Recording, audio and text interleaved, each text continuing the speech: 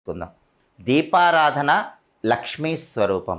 ఏ ఇంట్లో అయితే దీపం వెలుగుతూ ఉంటుందో ఆ ఇంటికి లక్ష్మీ కటాక్షం ఉంటుంది. అయితే దీపారాధనలలో కొన్ని ప్రత్యేకమైన దీపారాధనలు ఉన్నాయి. ఆ ప్రత్యేకమైన దీపారాధనలు వెలిగించడం ద్వారా అష్టలక్ష్ముల అనుగ్రహానికి సులభంగా పాత్రులు కావచ్చు. అష్టలక్ష్ములు ఏకకాలంలో అనుగ్రహించాలంటే మీ ఇంట్లో ధనదీపాన్ని లేదా లక్ష్మీ దీపాన్ని వెలిగించాలి.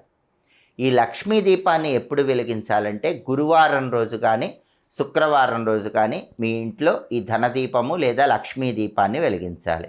ఈ ధనదీపం ఎలా వెలిగించాలంటే ముందుగా మీ పూజా మందిరంలో ఒక పీట ఏర్పాటు చేసుకొని ఆ పీట మీద ఒక రాగి పళ్ళెం కానీ ఒక ఇత్తడి పళ్ళెం కానీ ఉంచాలి.